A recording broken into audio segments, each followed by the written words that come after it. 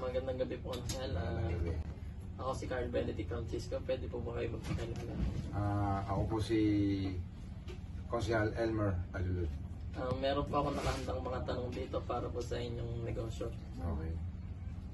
Ano po ang pangalan ng inyong negosyo at paano ito nagsimula? Nagsimula ito sa pagsisikap ko sa paghahanap buhay para makapagpundar ako ng business ng motor bangka. Ano po ang pangunahing suliranin sa lipunan na nais niyong tugunan sa inyong negosyo? Ang nais ko na sa suliranin na sa aking negosyo ay makatulong ako sa aking mga kapwa na taga Isla Verde para sila ay may permanenteng hanap buhay. Ano po ang naging inspirasyon ninyo para itayo ang negosyo na ito? Ang inspiration ko para kaya ako nakapagpundar ng mga bangka ng ganito ay para makatulong sa kapwa. Ano po ang mga produkto o serbisyo na inyong inaalok at paano ito nakakatulong sa komunidad? Tulad na lang ng mga pagdadala ng pasyente sa pamula Isla Verde papuntang Batangas City.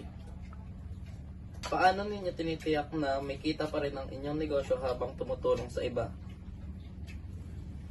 Kumbaga binabudget ko kung tulad ng pagbiyahe ng bangka ko, kung alam kong konti lang ang pagkita at hindi naman tuwing biyahe maganda ang kita, may kita akong konti pero mas pinapaboran ko ang mga taong pamilyado.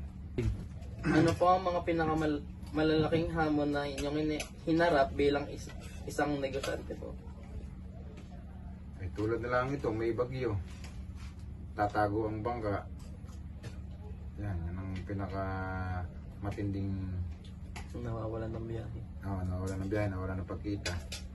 Paano ninyo pinipili ang mga taong natutulungan o kasama sa inyong proyekto? Sa mga experience nila, sa yung marunong magdagat, ganun. Yung kada biyahe po mas kapag may experience mas ligtas sa mga tao ng mga pasahero.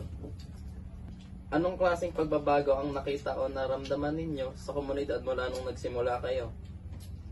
Marami, kaya ngayon medyo maluwan ng konti ang pamumuhay, maraming natutulungan na tao, at yun nga, nakaka-public servant pa sa mga nangangailangan, naka-residente ng barangay. Ano ang payo ang maibibigay ninyo sa mga kabataang gustong magsimula ng isang negosyo? Ang gusto ko lang ipayo sa kanila na gusto nilang tumulad sa akin ay kailangan lang ityaga, ipananalig sa itaas. Unang-una sa lahat ay huwag manlalamang sa kapwa.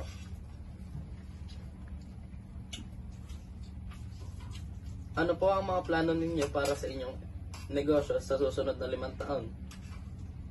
Kaya ang plano ko sa aking negosyo na mga motor bangka ay mapaunlad ko pa sila nang sa ganun ay marami pa akong matulungan na tao sa Isla Verde